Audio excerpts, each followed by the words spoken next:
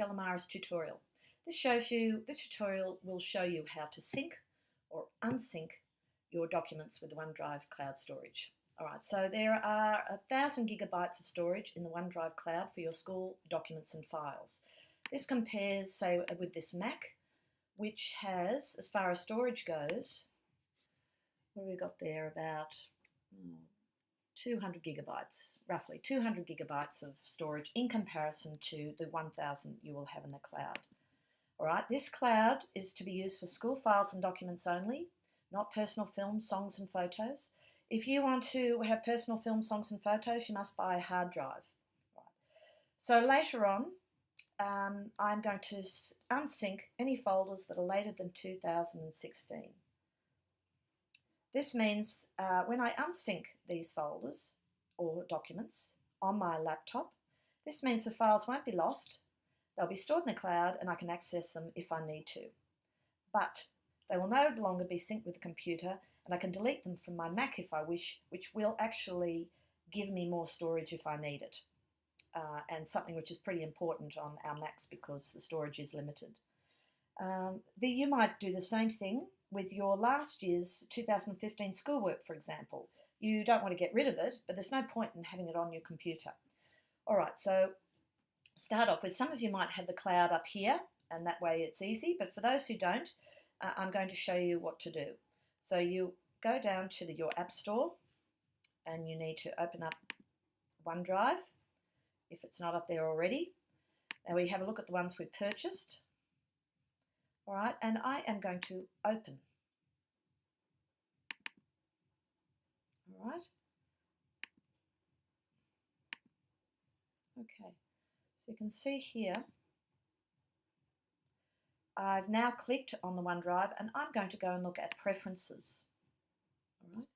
This is the general, but I want to have a look at my account.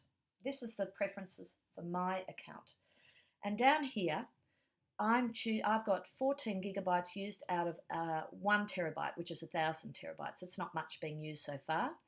And I want to choose the folders that I want to sync with the Mac.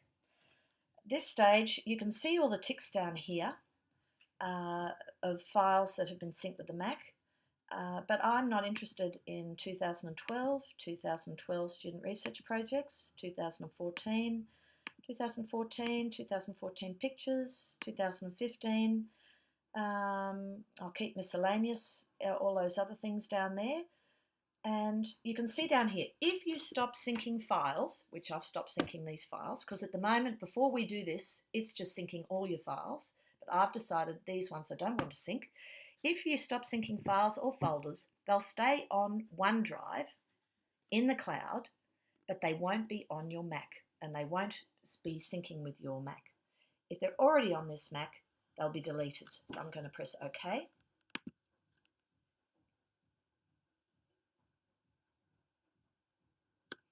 Then I'm going to have a look at my OneDrive. And you can see here, in the OneDrive here, that has drastically reduced the information I've got there. I don't know if it's going to affect my storage on this Mac. Let's have a look. Storage. Slightly. It does. It has made some gigabytes free. But I am going to go in via the portal, Safari, and let's have a look there.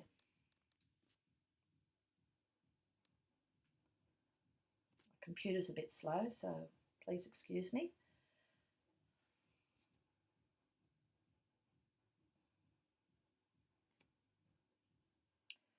And I am going to go into my SharePoint. Okay, so it's just keep me signed in. Yes, it's redirecting me.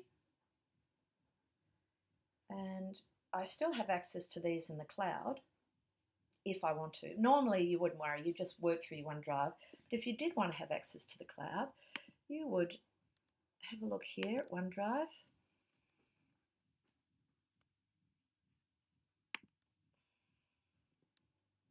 It's taking me to my personal information.